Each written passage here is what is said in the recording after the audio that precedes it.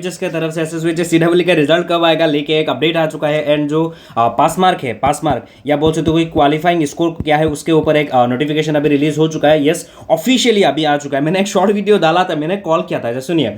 कल तो मैंने वीडियो दिया था, रिजल्ट आउट होगा, दिस टाइप ऑफ चीज़ें। एंड मैंने बोला था कि आ जाएगा ऐसा कुछ। एंड कॉल किया था, है ना। हाँ, कॉल में बताया था 1 वीक लगेगा। कुछ कमेंट में ही बता रहा कि नहीं भैया, मैंने कॉल किया था तो बोला 1-2 दिन में आ जाएगा। तो फाइनली अभी नोटिफिकेशन आउट हो चुका है। आप लोग का एसएसवीएच सीडब्ल्यू 2026 एंट्रेंस एग्जाम जो दिए हैं आप लोगों ने, जो 7 जून को हुआ था, उसका रिजल्ट अभी आ जाएगा 18 जुलाई को। 18 जुलाई को आप लोगों का एसएसवीएच सीडब्ल्यू 2026 का रिजल्ट आउट हो चुका है। मैं आप लोग स्टेप बाय स्टेप फिर से प्रोसेस बता देता हूँ। एंड उससे पहले मैं आपको बता देना चाहूँगा अभी जो क्वालिफाइंग स्कोर है वो क्या होगा। पास मार्क देखिए, पहली बात तो क्या है, जो गवर्नमेंट इंस्टीट्यूट है, गवर्नमेंट कॉलेज के लिए आप लोग ध्यान से सुनिए। जो गवर्नमेंट कॉलेज होगा उसका काउंसलिंग होगा, है ना। उसके लिए कौन एलिजिबल है? जनरल के लिए बीएससी नर्सिंग, देखिए जनरल के लिए आप लोग देखो 38 स्कोर। जनरल एंड ईडब्ल्यूएस के लिए आप ध्यान से सुनो, ये 38 स्कोर में आपको सीट मिलेगा ऐसी बात नहीं बोला गया है, पर आप क्वालिफाइंग कर गए हैं। मिनिमम जो परसेंटाइल है आप क्वालिफाई कर गए। जैसे नीट में होता है, इस बार तो 200 प्लस ही जा रहा होगा, मैं भूल गया, मैं कंफर्म नहीं हूँ, बस ऐसे ही बोला हूँ। लाइक जैसे होता है 150 200 दिस टाइप ऑफ होता है ना क्वालिफाइंग स्कोर।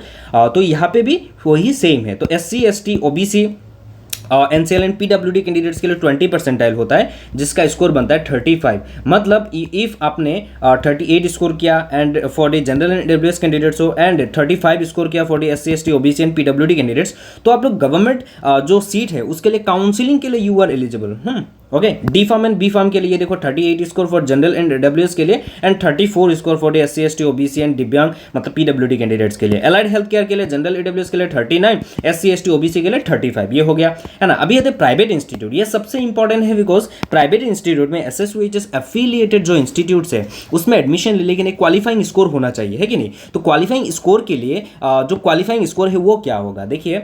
यदि आपने एसएसवीएच सीडब्ल्यू में अपने एग्जाम दिए हो एंड आपका बीएससी नर्सिंग प्राइवेट इंस्टीट्यूट में करना है, तो आपका यदि कैटेगरी जनरल और ईडब्ल्यूएस है तो आपको 20 परसेंटाइल होना पड़ेगा, मतलब उसमें 35। यदि आपने 35 स्कोर किया, मैंने जैसे बताया था 33 34 स्कोर दिस टाइप हो सकता है, मैंने बताया। तो अभी फाइनली आ गया है जनरल एंड EWS के लिए 35 स्कोर आप लोगों को चाहिए होगा। SC ST OBC and PWD candidates के लिए कितना होना पड़ेगा? 34। इफ आपका ये स्कोर नहीं है तो आप प्राइवेट इंस्टीट्यूट में एडमिशन नहीं ले पाएंगे। ओके, अभी आते हैं D pharm and B pharm. D pharm and B pharm के लिए जनरल एंड EWS के लिए कितना है? 34 स्कोर। SC ST OBC के लिए भी 34 स्कोर, वही है 34 स्कोर। परसेंटाइल में देखो 20 एंड 18, तो ज़्यादा डिफरेंसेस नहीं है। तो 34 स्कोर मिल रहा है तो आप लोग प्राइवेट इंस्टीट्यूट में एडमिशन ले पाएंगे D pharm and B pharm में। एलाइड हेल्थ केयर के लिए, allied health and health care के लिए जनरल EWS के लिए 35 एंड रेस्ट कैटेगरी के लिए 34। मतलब यदि एलाइड हेल्थ साइंस कोर्सेज में आप लोग एडमिशन लोगे तो जनरल EWS कैटेगरी से बिलोंग करते हो तो 35 स्कोर आपका होना पड़ेगा for the private institute, and SC ST candidates के लिए 34। तो अभी ये जो नोटिफिकेशन आया है, ये नोटिफिकेशन में क्या चीज़ मेंशन किया गया है? पहली बात तो क्या है, आप लोगों का डेट दिया गया है कि 18 जुलाई को आप लोगों का रिजल्ट आएगा। वो रिजल्ट कैसे देखना है? आपने जो क्या करना है, आपको लॉगिन करना है। लॉगिन करने के बाद स्कोर कार्ड वगैरह देख पाएंगे, है ना। उसके बाद आते ऊपर कुछ यहाँ पे कुछ चीज़ें बताया गया, ये देखिए।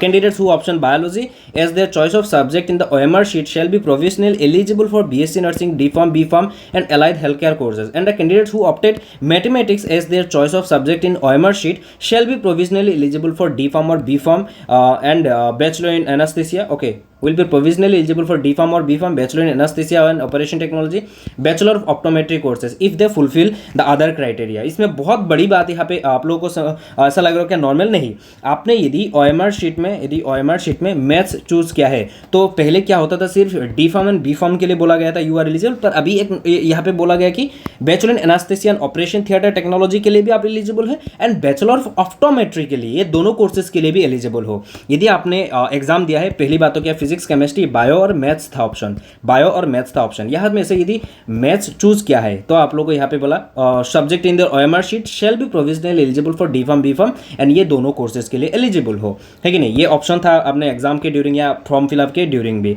एंड यहाँ पे देखिए, एंड बायोलॉजी यदि ऑप्शन चूज किया था तो आप लोग एलिजिबल हो BSc nursing, D.Pharm B.Pharm and allied health care courses के लिए। एंड कुछ अभी तो पता नहीं स्कोर कार्ड क्या आएगा, मे बी अभी एक स्कोर कार्ड आएगा, ये देख के मुझे ऐसा लग रहा है, I don't know. And if एक स्कोर कार्ड आता है तो बढ़िया बढ़िया रहेगा। बहुत सारे स्टूडेंट ऐसे कि बी फार्म के लिए अप्लाई किया था पर उनको अभी मन है बीएससी नर्सिंग में, या बीएससी नर्सिंग के लिए सिर्फ अप्लाई किया था, अभी अलाइड हेल्थ केयर कोर्सेज में भी वो इंटरेस्टेड है। तो यदि एक स्कोर कार्ड आता है, मे भी अभी ये नोटिफिकेशन देखे तो मुझे ऐसा ही लग रहा है कि मे भी एक ही स्कोर कार्ड आएगा। आई डोंट नो क्या होगा, पर मुझे ऐसा ही फील हो रहा है। बिकॉज ये देखिए यदि मैथ्स चूज किया है, ये देखो allied healthcare courses and the candidates who opted mathematics as their choice of subject in their OMR sheet shall be provisionally eligible for, ये बोला। एंड जो बायोलॉजी चूज किया था, ये देखिए बायोलॉजी, तो shall be provisionally eligible for BSc nursing, D pharm, B pharm and allied healthcare courses के लिए।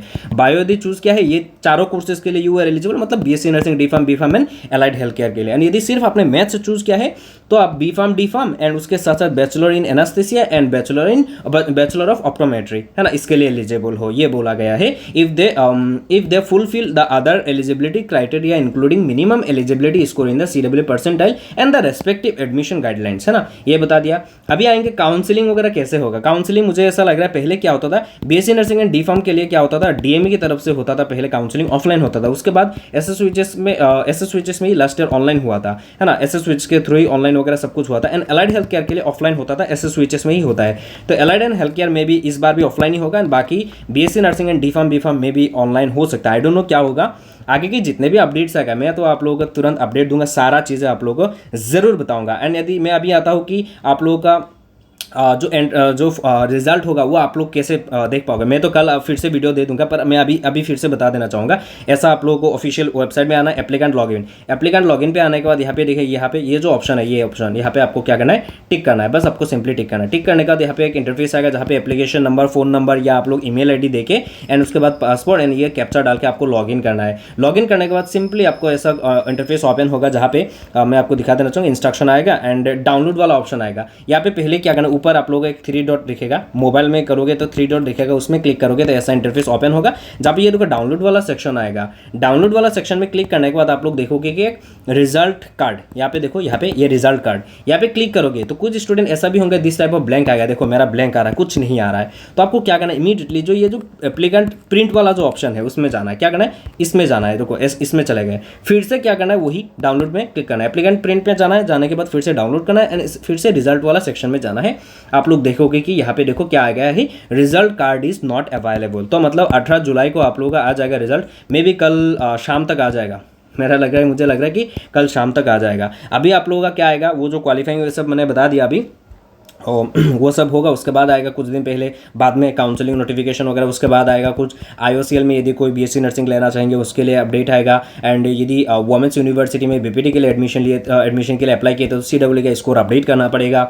अभी RTO रविंद्रनाथ ठाकुर विश्वविद्यालय में बी फार्म जो है उसके लिए मैं सारा अपडेट्स लेके आऊँगा। एंड माइनॉरिटी डेवलपमेंट बोर्ड से भी आ सकता है, एंड भी बहुत सारा कॉलेजेस है, एंड वहाँ पर आप लोगों का सारा कोर्सेज के बारे में अपडेट्स आता रहेगा अप्लाई वगैरह के लिए। एंड जब भी कुछ भी अपडेट आता है, आई एम हियर, मैं आपको तुरंत इमीडिएटली सारा चीज़ें अपडेट करूंगा। तो आज के लिए इतना ही, तब तक के लिए बाय बाय। एंड ये जो नोटिफिकेशन है मैं आप लोगों को WhatsApp group and Telegram channel पे फॉरवर्ड कर दूंगा, आप लोग जरूर देखना, यानी ऑफिशियली अपडेट आ चुका है। Okay, bye bye.